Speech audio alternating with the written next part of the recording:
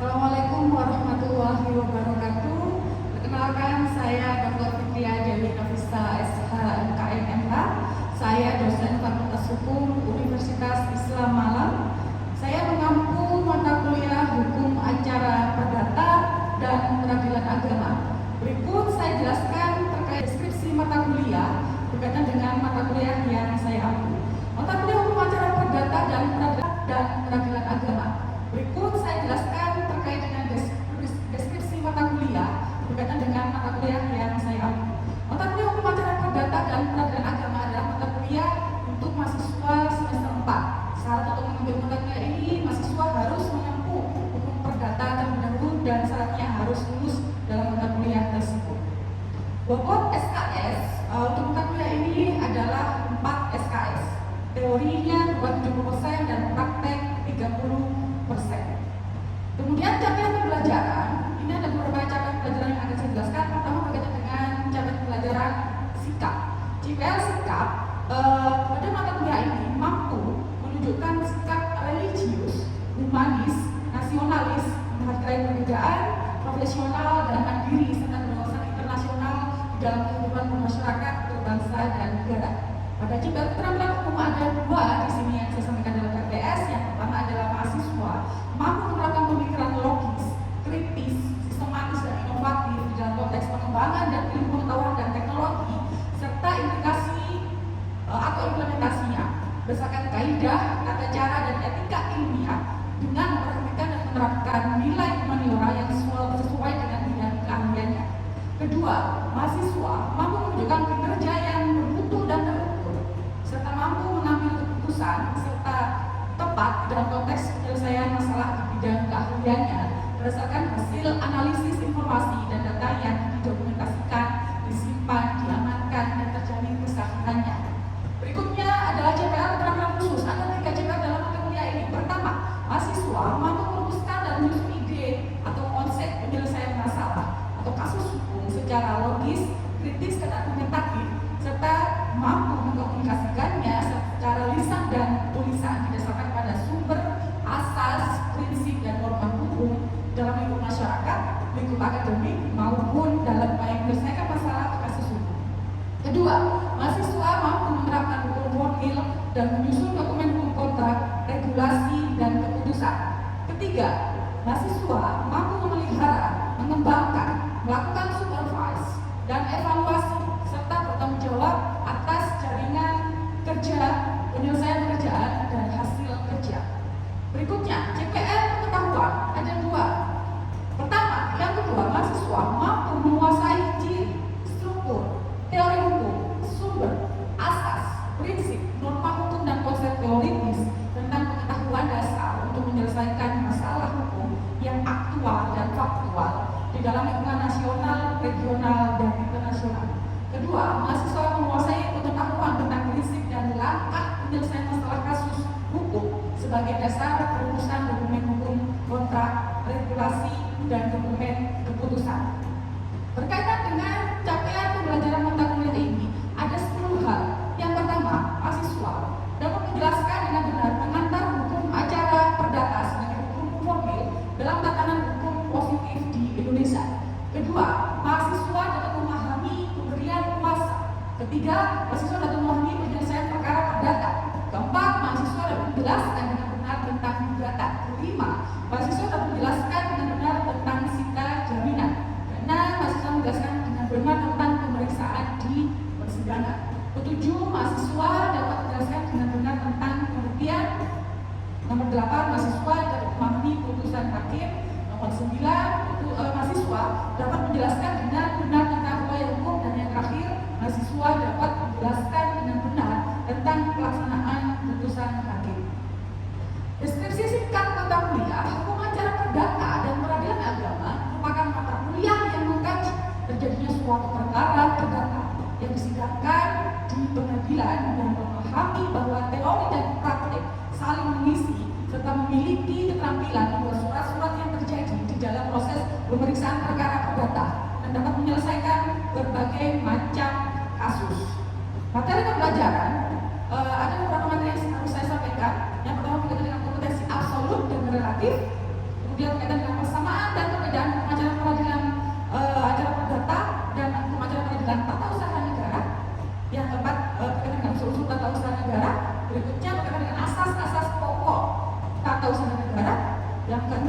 berkaitan dengan hukum acara objek sengketa hukum acara perdata. Berikutnya berkaitan dengan subjek pengadilan hukum acara perdata. Berkaitan dengan pustaka sudah saya sampaikan pada RPS, pada perbankan ada 13 literatur yang saya rekomendasikan untuk mahasiswa. Berkaitan dengan akses dalam mata kuliah ini, saya meminta mahasiswa untuk membuat karya ilmiah berupa artikel. Artikel ini nanti akan dikumpulkan oleh mahasiswa pada saat UTS. Saat UTS dikumpulkan, kemudian saya cek plagiasinya. Saat plagiasi itu di bawah 20%, maka mahasiswa saya bebaskan untuk tidak mengikuti UAS. Tapi jika plagiasi itu di atas 20% sampai 30%, maka mahasiswa wajib merevisi hasil karya ilmiahnya. Untuk pembelajaran metode dan media pembelajaran dalam mata kuliah ini, yaitu untuk pembelajarannya adalah berupa kuliah dan responsi. Pendekatan pembelajarannya kombinasi teacher centered learning and student centered learning. Metode pembelajarannya berupa case method dan team based project. Teknik pembelajarannya berupa ceramah, berupa diskusi dan atau tanya jawab. Media pembelajaran dalam mata kuliah ini berupa media cetak dan media audio visual. Berkaitan dengan indikator penilaian pada mata kuliah ini, kemampuan untuk menelaah tentang mekanisme substansi, referensi dan tujuan dari rencana perkuliahan semester. Itu pada pertemuan pertama. Untuk sub JPNK, mahasiswa ini mengetahui penjelasan tentang substansi rencana perkuliahan semester.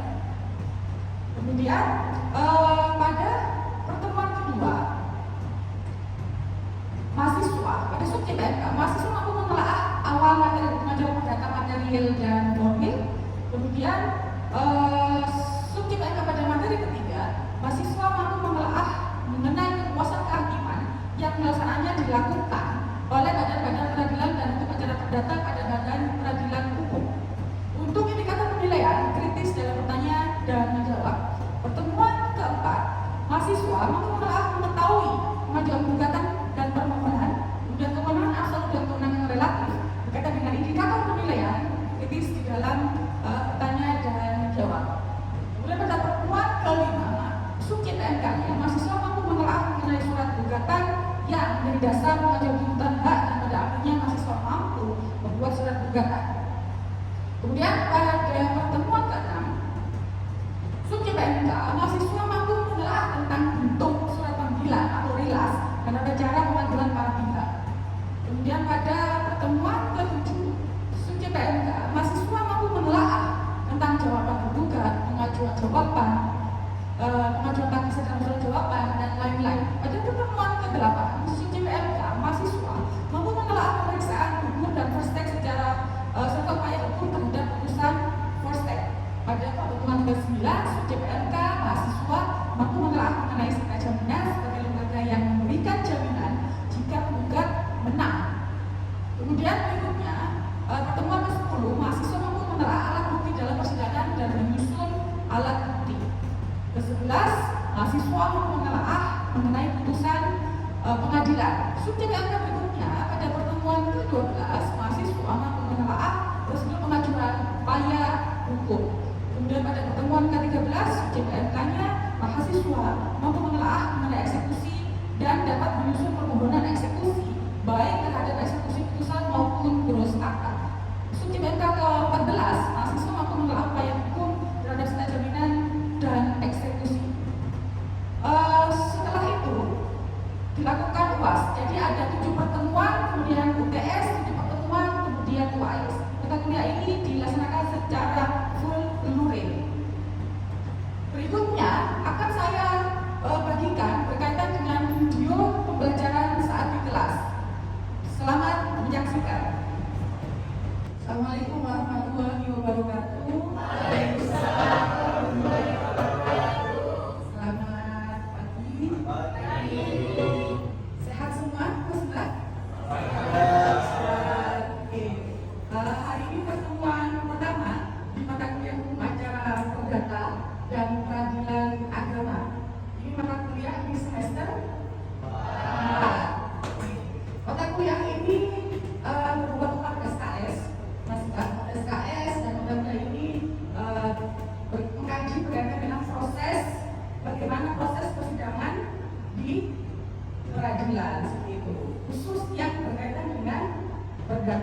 jadi buatnya 4 SKS, berarti totalnya 4 kali 50 unit. Ya, ini pertama yang saya jelaskan tentang kontrak kuliah terlebih dahulu ya. Nah, kontrak kuliah di sini kalian pertama saya akan menjelaskan tentang kehadiran dulu.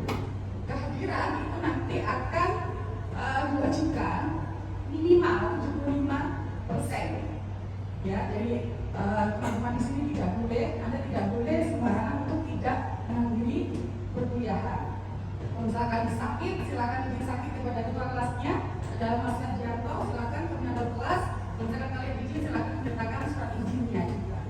Seperti itu, gitu ya. Oke, kemudian berkaitan dengan perkuliahan di mata kuliah saya, kalian tidak saya izinkan untuk datang terlambat.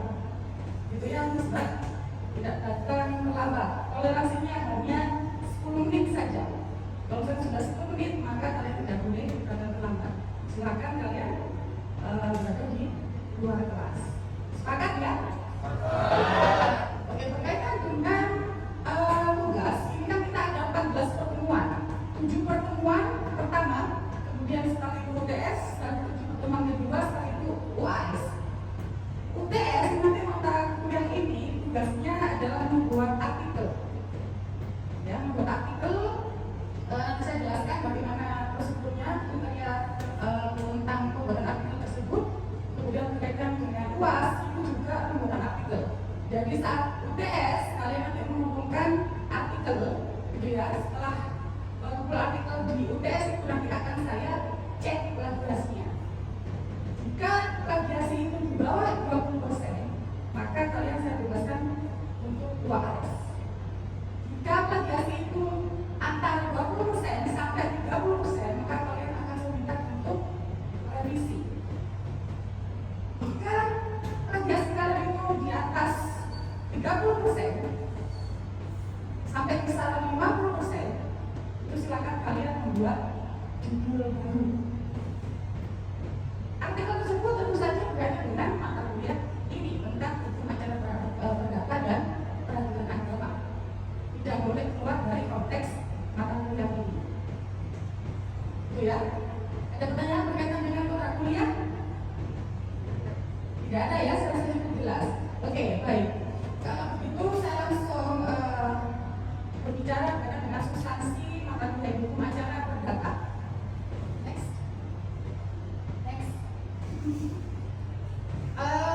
Pertama, saya membahas tentang prosedur beracara di pengadilan. Jadi beracara di pengadilan itu ada beberapa stepnya, Mas Mbak. Ada berkaitan dengan pendaftaran perkara, pemeriksaan integritas, ada panja, seperti itu ya. Yang pertama, ini ada tahap pendaftaran perkara. Yang pertama ini di dalam pendaftaran perkara ini ada pembuatan surat kuasa. Jadi seorang advokat, seorang lawyer itu harus wajib membuatkan surat kuasa. Antara surat kuasa ini adalah perjanjian antara pemberi kuasa dengan penerima kuasa.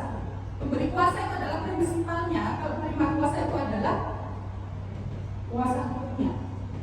Hakikatnya surat kuasa itu dibuat oleh siapa? Oleh pemberi kuasa. Dengan pemberi kuasa itu kebanyakan orang awam, maka dibuatkan oleh kuasa hukumnya seperti itu. Maka di dalam surat kuasa itu tidak perlu yang namanya surat di atas itu tidak perlu. Dan hakikatnya yang dibuat adalah para prinsipalnya itu sendiri. Lalu yang kedua, mengajukan surat gugatan.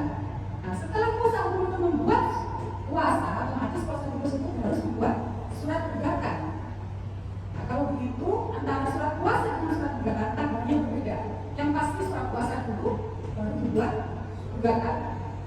Kalau misalkan di peradilan itu, di dalam pengadilan itu surat gugatan tanggalnya lebih dulu daripada surat kuasa, itu berarti keliru. Hati-hati ya. Yang pasti surat kuasa tanggalnya harus lebih dulu daripada surat gugatan. Surat gugatan itu nanti isinya ada 3 hal. Yang pertama berkaitan dengan identitas para pihak antara penggugat dan tergugat. Jadi istilahnya di dalam hukum acara perdata itu istilahnya para pihak ada penggugat, ada tergugat, ada turut tergugat. Jika ada tergugat, penggugat itu adalah seseorang yang dirugikan atas hak perdataannya, itu penggugat, gitu ya. Nah, jadi antara penggugat dengan tergugat. Sedangkan turut tergugat ini adalah orang yang sekedar mematuhi isi putusan, saja. Artinya pihak yang tidak berkaitan secara langsung di dalam proses peradilan itu namanya turut tergugat jika ada. Biasanya ada kan? Ada biasanya turut tergugat, gitu ya. Kemudian selanjutnya ada membayar pajak biaya perkara. Pajak ini maksudnya uang registrasi, uang pendaftaran. Uang pendaftaran ini itu ditentukan berdasarkan jarak jauh dekatnya antara tergugat dengan tergugat, radius namanya. Jadi kalau dalam peradilan itu ada radius 1, radius 2, radius 3. Semakin jauh jarak antara tergugat dengan tergugat itu semakin mahal ya pajaknya. Seperti itu. Ditentukan seperti itu ya. Pajak itu tidak harus tidak menentukan berdasarkan dengan jarak tergugatnya saja. Pajak yang dibayarkan itu digunakan untuk pemanggilan para pihak, digunakan untuk membeli materai dan kantor yang berkaitan dengan administrasi perkara di pengadilan. Intinya seperti itu. Itu pajak dibayar untuk itu. Nah, kemudian setelah si penggugat ini membayar pajak biaya perkara, maka penggugat mendapatkan nomor perkara. Ini yang saya maksudkan kalau si penggugat ini prinsipal yang menggunakan kuasa hukum.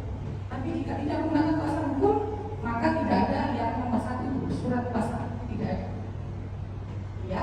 Kemudian setelah mendapatkan nomor perkara, ada penetapan majelis hakim.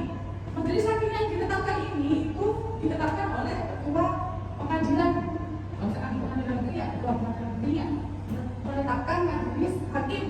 Siapa-siapa hakim yang akan menangani kasus yang sudah diajukan oleh penggugat tersebut. Kemudian setelah itu ada penetapan panitera atau panitera pengganti atau jurusita pengganti. Jadi per perkara itu majelis hakimnya berbeda, paniteranya juga pasti berbeda. Hakimnya di sini kalau di tingkat pertama di pengadilan negeri dan pengadilan yang lain kecuali di konstitusi, mahkamah konstitusi itu ada 3 orang. Begitu. Kenapa kok jumlahnya selalu ganjil? Karena berkaitan dengan apa? Berkaitan dengan opini hakim. Kalau misalkan ada salah satu yang tidak setuju, berarti yang 2 hakim ini dia menang dalam suara itu, maka dia menemukan jumlahnya ganjil. Itu alasan hukumnya. Kemudian setelah itu penetapan hari sidang. Jadi ditetapkan setelah majelis hakim ditetapkan si A, si B, si C, ada paniteranya si D, baru ditentukan penetapan hari sidangnya kapan. Biasanya hari sidang itu tidak lama dari gugatan didaftarkan, tidak lama. Kecuali jika si tergugatnya itu tidak diketahui keberadaannya. Tapi kalau misalkan diketahui keberadaannya, maka panggilan itu cepat sampai. Oke, kemudian setelah itu pemanggilan penggugat dan tergugat oleh jurusita. Jadi dipanggil.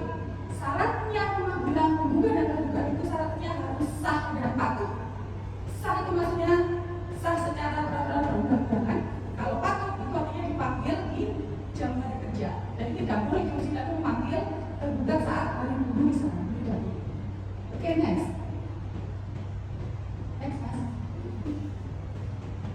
Oke, selanjutnya ini pada tahap pemeriksaan perkara. Nah, yang pertama ada pemeriksaan pendahuluan.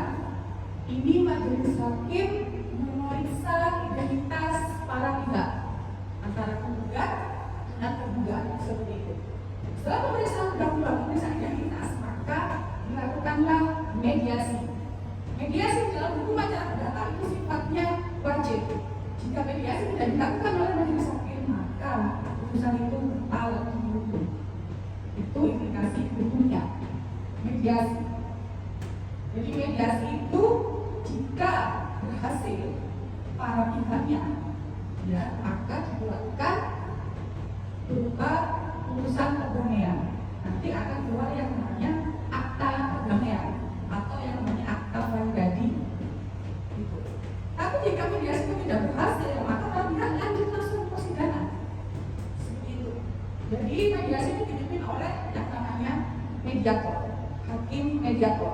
Mediator bisa dari hakim, bisa dari non hakim.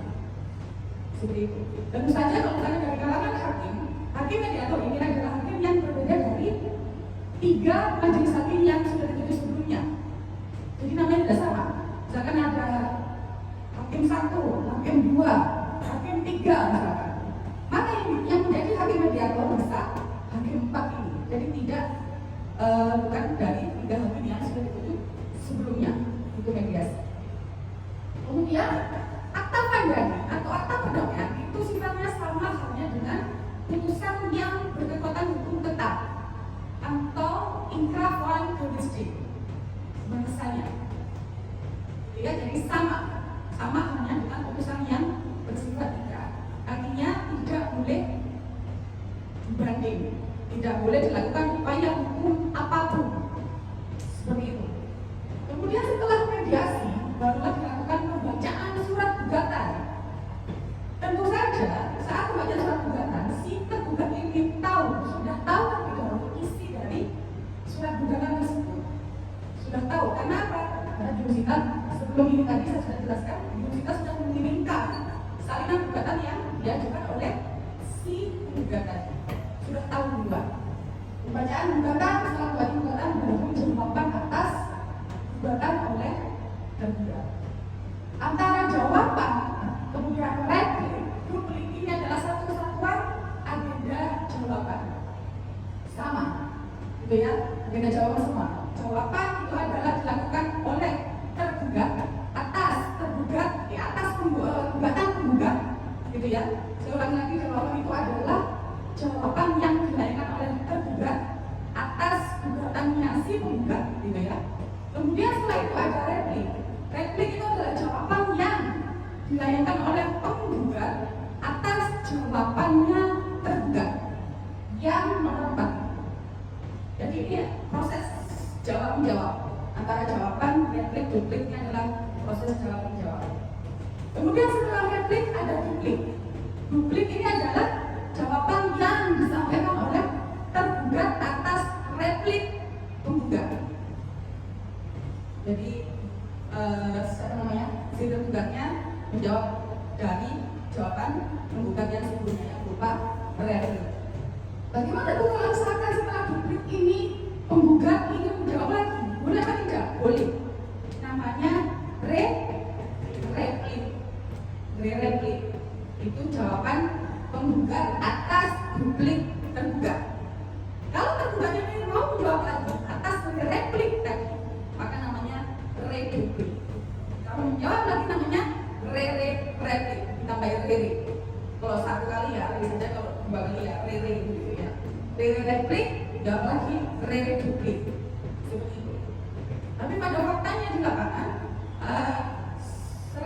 itu tidak ada. Replik tidak ada, reduplik tidak ada, replik itu tidak ada, reduplik itu tidak ada. Kebanyakan cukup sampai di duplik segitu. Artinya para kuasa hukum itu jangan membuat replik segitu. Kemudian pembuktian ini, beban pembuktian diwajibkan kepada si penggugat. Kenapa si penggugat? Karena bukan adalah orang yang dirugikan atau pendarahannya atas karena si tergugat tadi. Maka penggugat itu wajib membuktikan hal-hal apa yang merugikan dirinya, sebab apa. Jadi penggugat itu mendalilkan sebuah dirinya dalam sebuah gugatan di dalam posita. Jadi tadi gugatan itu ada identitas para pihak, ada posita atau fundamentum petinggi, dan ada petitum. Ada 3 hal ini. Kalau identitas tadi kan ada gugatan, ada penggugat, ada tergugat, ya kan? Kalau posita ini fundamentum petinggi. Jadi penggugat itu menceritakan fakta-fakta hukum yang terjadi sebelum gugatan tersebut diajukan. Kemudian ditambahkan dasar hukumnya, ditambahkan asas hukumnya, diceritakan semua di dalam posita fundamentum petinggi. Nah, setelah penggugat itu membuat posita, maka penggugat itu harus membuat yang namanya petitum. Petitum ini adalah yang diminta kepada majelis hakim untuk dikabulkan. Antara posita dengan petitum itu harus tidak boleh tidak sinkron. Artinya apa? Apa yang dituangkan di dalam posita itu harus diminta dalam petitum. Apa yang diminta di dalam petitum itu harus dituangkan atau diceritakan di dalam posita itu sendiri. Jadi tidak boleh seorang penggugat itu menceritakan dalam posita tapi dia tidak minta dalam petitum. Menceritakan dalam petitum, meminta sesuatu dalam petitum tapi dia tidak bercerita sebenarnya di dalam posita, itu tidak boleh. Itu adalah dalam petitum. Pembuktian itu digunakan kepada penggugat. Apakah penggugat itu boleh juga? Boleh. Boleh juga mengajukan pembuktian. Jadi antara penggugat dengan tergugat itu mengumpulkan bukti-bukti untuk meyakinkan para hakim, khususnya penggugat. Karena dalam pembuktian itu digunakan kepada penggugat maka harus mengumpulkan semua bukti-bukti yang ada. Oke, mungkin sementara di sini ada pertanyaan sebelum saya lanjutkan sebelumnya. Ada pertanyaan? Pak Irma, silakan Pak Irma. Mungkin boleh maju Pak Irma? Ya. Ada pertanyaan dari Pak Irma ya, kita simak. Silakan. Baik, terima kasih atas kesempatannya Bu. Perkenalkan, nama saya Irma Sinabila dengan NPM 22 Baik, pertanyaan saya terkait dengan mediasi. Apakah mediator itu diperbolehkan untuk menemui salah satu dari pihak yang bersengketa? Ini aja nih. Terima kasih. Silakan juga Mbak Irma. Oke, terima kasih. Pertanyaan bagus ya. Apakah boleh seorang mediator itu menemui salah satu pihak yang bersengketa, entah itu penggugatnya atau tergugatnya? Jawabannya boleh, selama mediator itu kedatangannya tersebut diketahui oleh pihak lawan lagi. Jadi misalkan Mbak Irma seorang mediator misalkan, kemudian yang bersengketa ada Mbak A dan Mbak B ini misalkan, iya kan? Salah satu akan ditemui oleh Mbak Irma selaku mediator. Tentu saja Mbak Irma harus izin salah satunya. Misalkan Mbak Irma mau menemui Mbak si A misalkan, harus dengan seizin Mbak si B. Itu namanya kaukus, Mas Mbak. Pertemuan mediator dengan para pihak itu namanya kaukus. Dan misalnya dengan salah satu izin dari salah satu pihak. Bagaimana kalau misalnya tidak izin itu? Tidak boleh. Karena kalau mediator itu sifatnya harus netral. Mau menemui si A, tentunya harus menemui si B. Sembunyi-sembunyi menemui A itu tidak boleh. Karena sifatnya harus netral tadi. Lihat mediator. Begitu ya. Oke, kalau begitu terima kasih atas pertanyaannya Mbak Irma. Ada pertanyaan lagi? Ada pertanyaan lagi? Tidak ada ya? Oke, baik, kalau tidak ada saya rasa cukup perkuliahan hari ini. Nanti kita bertemu di minggu depan, kita diskusi kembali. Saya akan jelaskan di pertemuan selanjutnya sesuai dengan RPS yang sudah saya bagikan sebelumnya kepada kalian. Ya, silakan dipelajari terlebih dahulu materi dari pertemuan berikutnya yang ada di RPS.